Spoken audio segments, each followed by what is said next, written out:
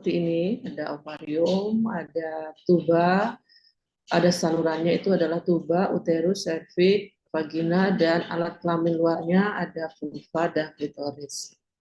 Nah,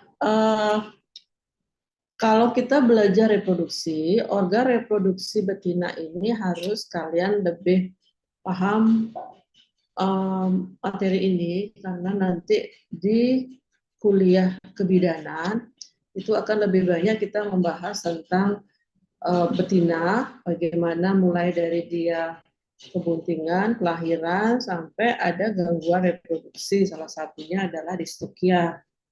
Dan semoga nanti kalian bisa praktikum di semester berikutnya, karena nanti kalian akan belajar merogoh sapi, melakukan palpasi rektal, yaitu untuk melihat yang mana sih yang termasuk dalam organ reproduksi yang Ibu sampaikan hari ini, yang mana ovarium, mana salurannya, gitu. Itu penting karena pada saat nanti kalian koas, kebetulan juga Ibu koordinator koasnya, karena nanti kalian koas akan di luar Bali seperti kakak kelas kalian, jadi Ibu akan lempar semuanya ke Banyuwangi atau Pasuruan atau di Lombok.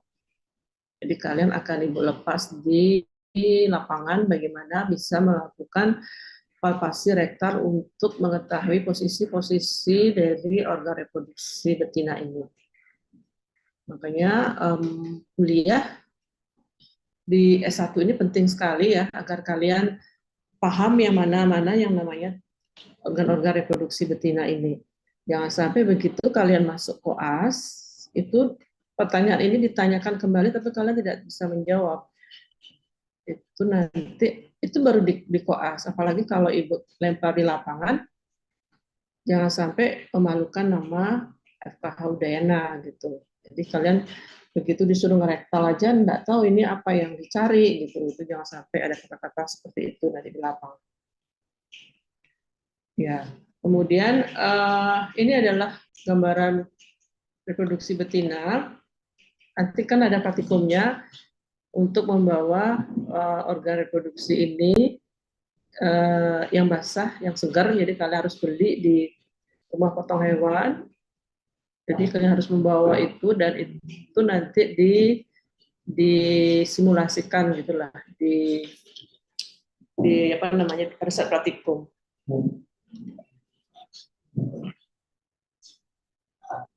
Ya, ini adalah organ reproduksi betina kalau dia diposisikan pada hewan hidup. Jadi seperti ini, di mana pada saat kalian melakukan palpasi rektal, itu tangan masuk ke dalam rektum.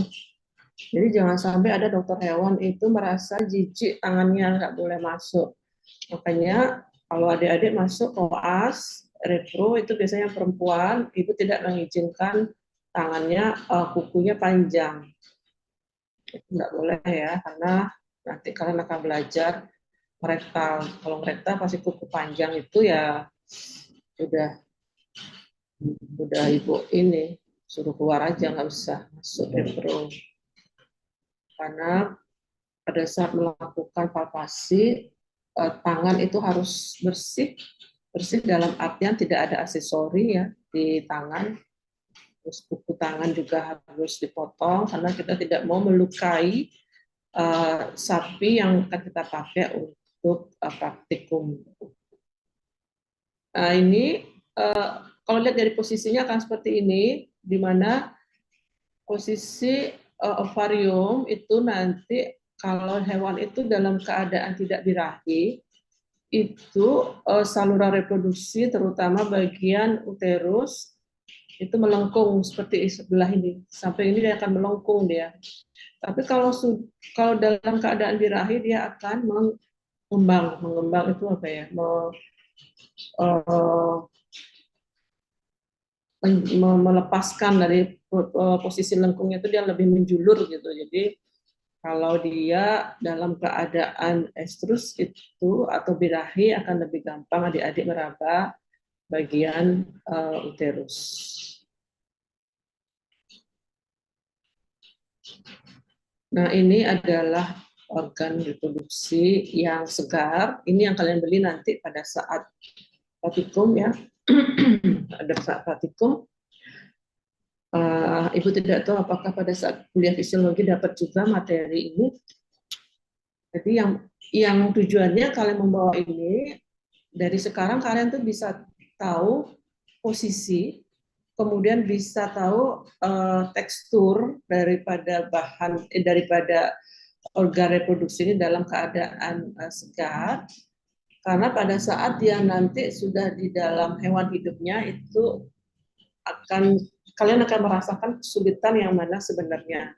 Karena pada saat kita ngerektal itu yang tampak tangannya itu kan pasti kotor, dipenuhi oleh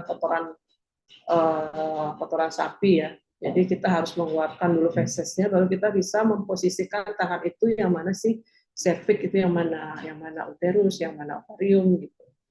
Nah pada saat sebelum kalian masuk ke hewan hidupnya, jadi kalian harus membawa organ segarnya nanti seperti ini. Nah kadang-kadang mendapatkan organ segar pada sapi itu sulit. Yang kita tahu bahwa kalau di RPH itu dipotong kan rata-rata jantan ya, yang sapi jantan.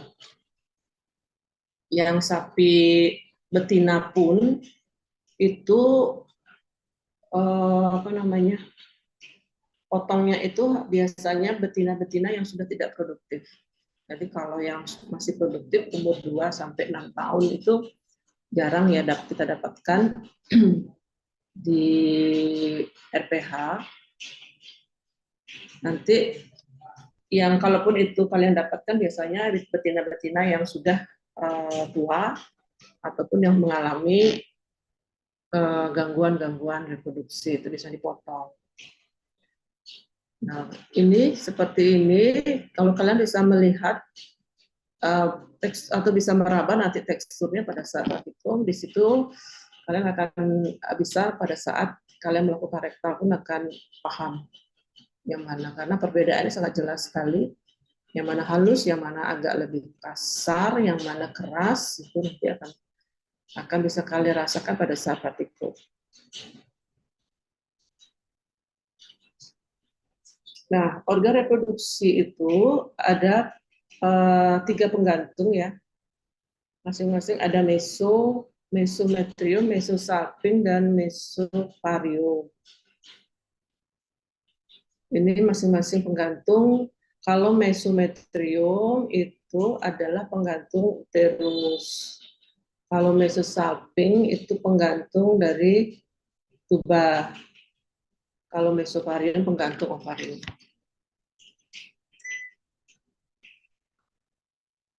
Kita dulu ya, hidup asin.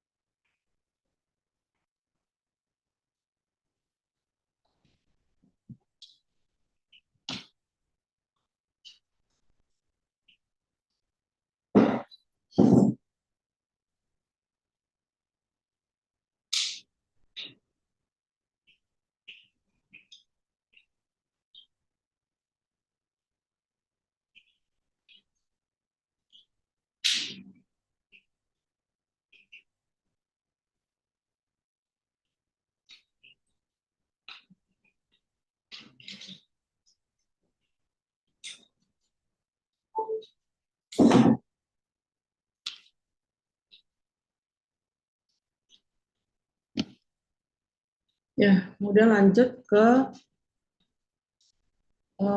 apa nih ya, ovarium ya. Ovarium mungkin semua udah tahu ya, ovarium itu adalah reproduksi organ primer ya. Jadi kalau pertanyaannya organ primer dan organ sekunder, harus tahu bahwa primer itu adalah ovarium. Fungsi daripada ovarium itu ada dua, eksokrin dan endokrin. Nah yang gini-gini ya jangan sampai kalian pada saat pertanyaan seperti ini nggak bisa dijawab. Jadi gampang kali pada saat kuliah S1 tolong lebih banyak pahamin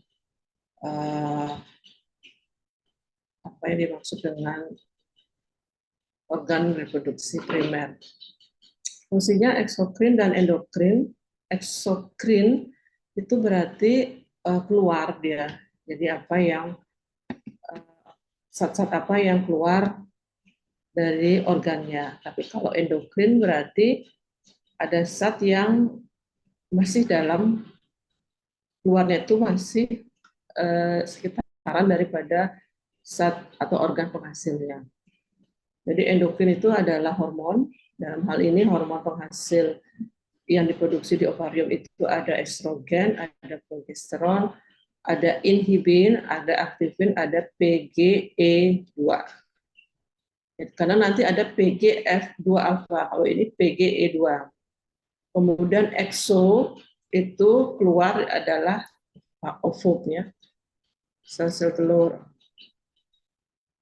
Kemudian alat penggantung itu mesovarium tadi sudah disampaikan.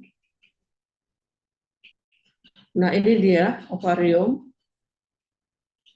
Ovarium itu kalau diperhatikan ya,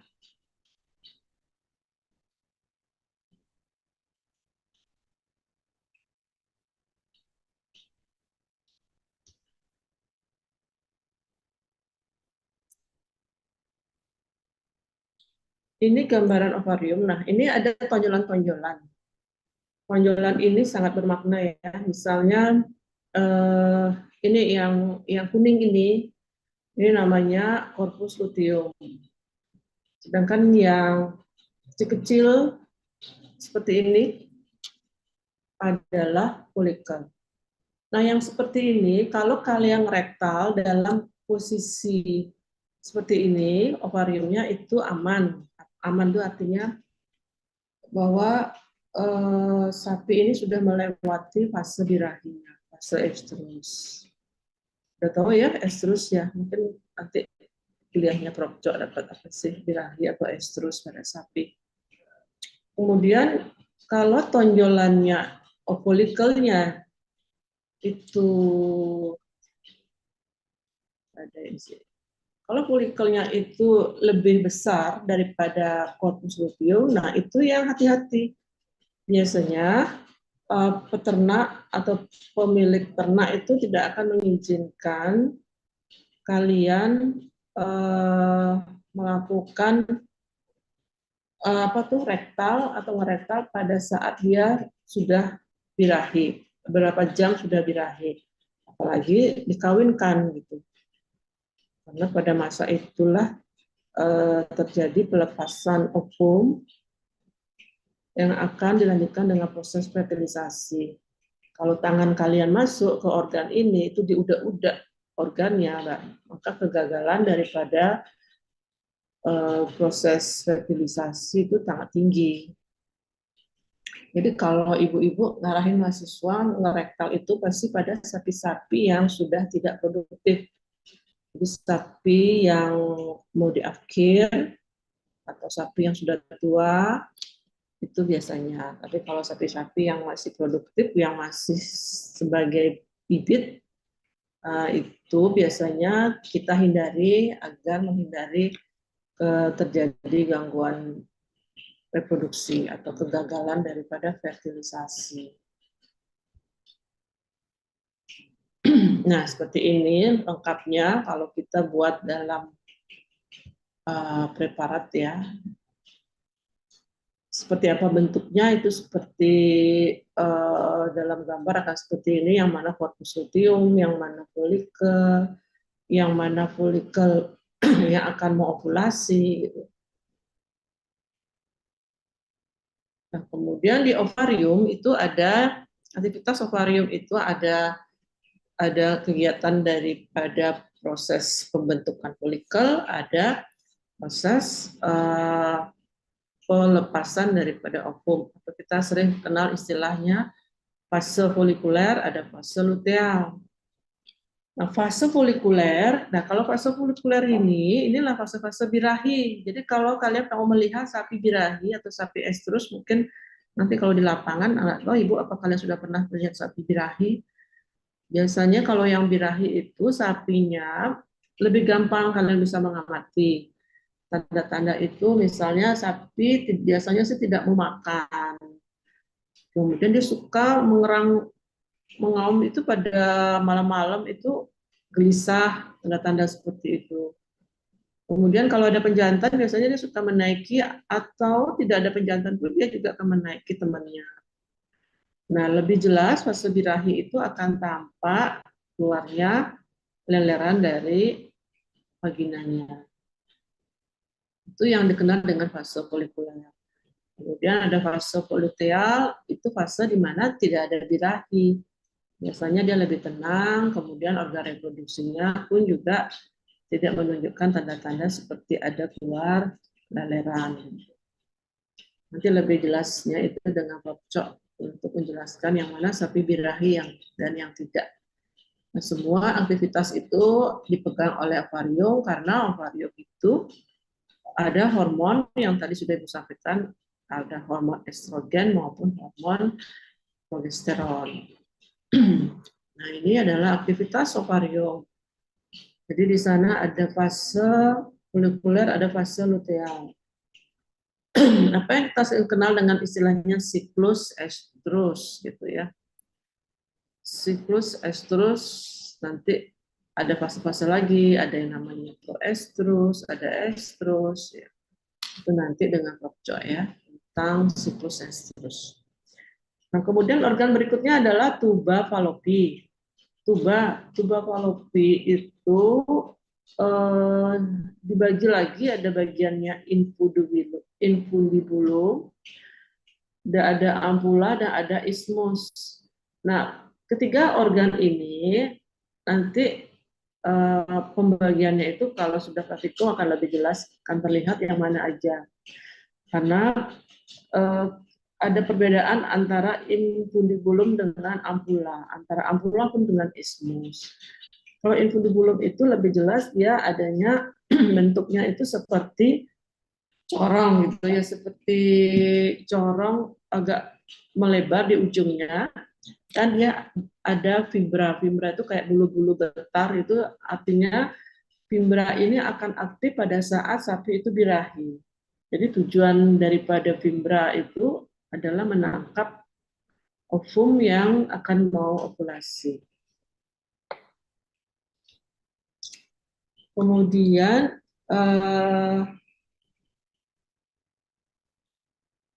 ampula. Ampula itu bagian yang paling lebar. Di ampula inilah terjadi proses fertilisasi. Fertilisasi, kalian sudah dapat mungkin materinya di embrio ya, embriologi mungkin apa itu fertilisasi. Proses ini membutuhkan waktu antara pertemuan antara sel telur dan sel spermatozoa. Nah, ini proses inilah sangat penting sekali. Jadi tingkat keberhasilan dari kebuntingan pada sapi itu sangat diperhatikan dari bagaimana proses pelepasan antara sel telur dan lepasnya sel spermatozoa.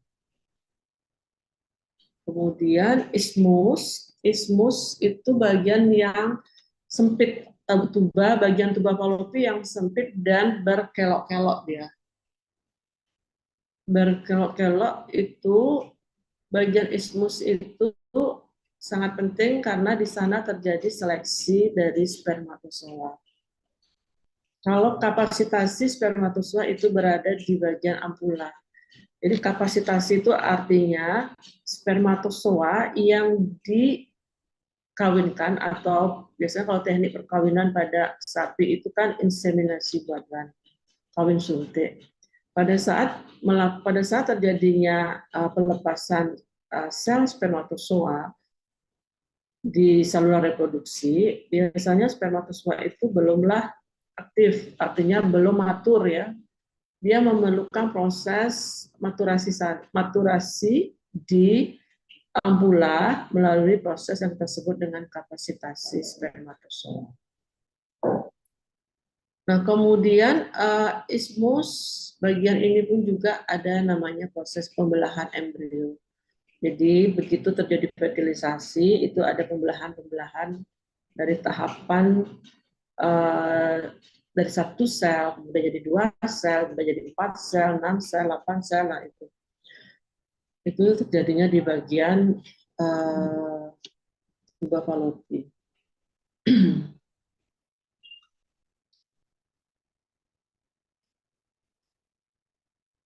Nah, ini lebih jelasnya seperti ini ya.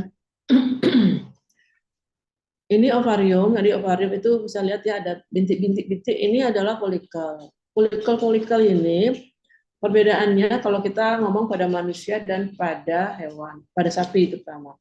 Kalau pada anjing juga beda lagi.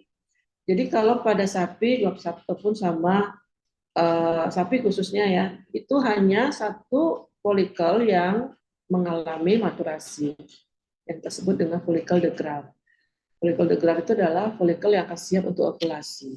Tapi kalau pada anjing itu jumlah folikelnya banyak yang akan ovulasi karena dia termasuk hewan yang politokus. Politokus itu artinya pada saat ovulasi lebih daripada satu ovum. Kalau pada sapi sama satu yang diovulasikan. Nah, kalau pada sapi kita tidak menghendaki sapi itu kembar ya. Karena kalau dia kembar biasanya akan terjadi salah satu akan terjadi kematian pada fetusnya. Ini adalah ovarium, kemudian dari ovarium itu ada tuba Fallopi yang kita tadi sudah disampaikan, ada bagian ampula. Ampula itu bagian yang paling lebar, itu bentuknya kayak corong. Nah, kemudian infundibulum itu bukan ampula, kemudian ampula, dan yang kecil sempit ini adalah ismus. Nah, pertemuan antara ismus dengan bagian uterus itu kita sebut dengan uteru tuba junction. Artinya pertemuan antara ismus dan uterus. Biasanya proses seleksi itu terjadi di bagian ini. Kemudian ini yang Ibu sebut tadi namanya fimbra ya. Fimbra itu kayak bulu-bulu getar, di mana pada saat dia estrus ini akan lebih aktif. Kenapa dia bisa aktif? Karena adanya hormon estrogen yang menyebabkan terjadi aktivasi daripada bulu-bulu atau fimbra ini. Jadi kalau videonya itu ya, kalau Pak Adi pernah melihat bagaimana proses fertilisasi terjadi, ini fimbranya itu menangkap dia pada saat oosit itu lepas dari folikelnya, itu ditangkap oleh bagian fimbra. Nah, seperti ini ya, dia itu punya sifat yang apa namanya, fungsinya untuk menangkap daripada sel telur yang akan diovulasi. Kemudian uterus itu bagiannya ada corpus uteri, ada cornu uteri. Uterus pada sapi berbeda, uterus pada golongan apa namanya babi itu misalnya.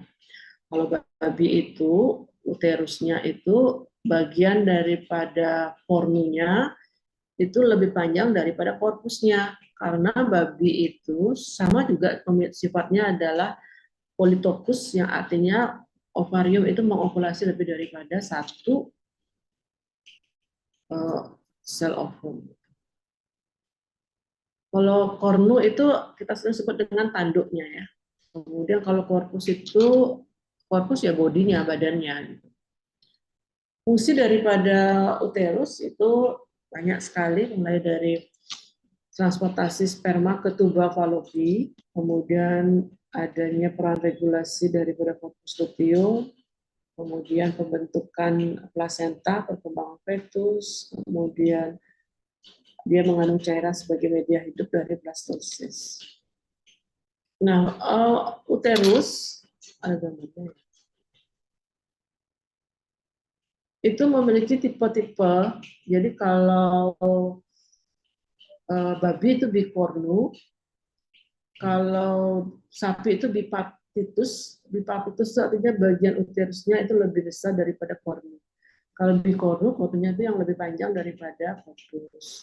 Kalau simplex itu pada manusia ya, simplex itu dia tidak ada kornunya, tapi uterus korpus saja adanya. Nah, bagian dari uterus itu, struktur di dalamnya itu ada endometrium, ada myometrium, ada perimetrium. Endo itu bagian lapis yang paling dalam. Nah, ini yang penting ya, karena endometrium itu ada satu hormon yang diproduksi yang kita sebut dengan hormon PGF2 alpha. Hormon PG ini sangat berperan penting dalam melisiskan daripada korpus luteum. Jadi kalau sapi itu menjelang kelahiran, biasanya hormon ini akan tinggi. Kalau hormon ini tinggi, berarti sapi ini akan memasuki fase tahapan terakhir dari proses kebuntingan pada sapi, proses kelahiran pada sapi. Kemudian myometrium itu lapisan yang di mana banyak teradanya sel-sel otot polos yang fungsinya untuk melakukan kontraksi pada saat proses kelahiran. Kemudian perimetrium itu bagian yang paling atas ya, bagian paling atas. Nah, seperti ini bentuknya. Itu endometrium, myometrium itu. Nah, mungkin nanti kalau apa namanya praktikum kita coba membuka daripada uterus. Ini ada namanya bentuk uterus itu berbeda ya, ada karunkula ini atau kita sering sebut dengan plasenta induknya. Nanti ini karunkula inilah nanti akan menempel dengan plasenta daripada fetus. Jadi bentuk uterus pada sapi berbeda dengan bentuk uterus pada anjing gitu misalnya, atau babi itu berbeda bentuknya. Nah ini semua ya, sudah ada pembagiannya. Kalau pada sapi ini bipartitus, kemudian pada kuda modified bipartitus, kalau manusia itu simplex ya. Jadi dia tidak memiliki kornu.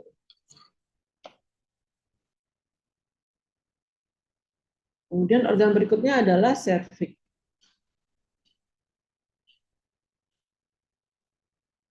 Sebentar dulu.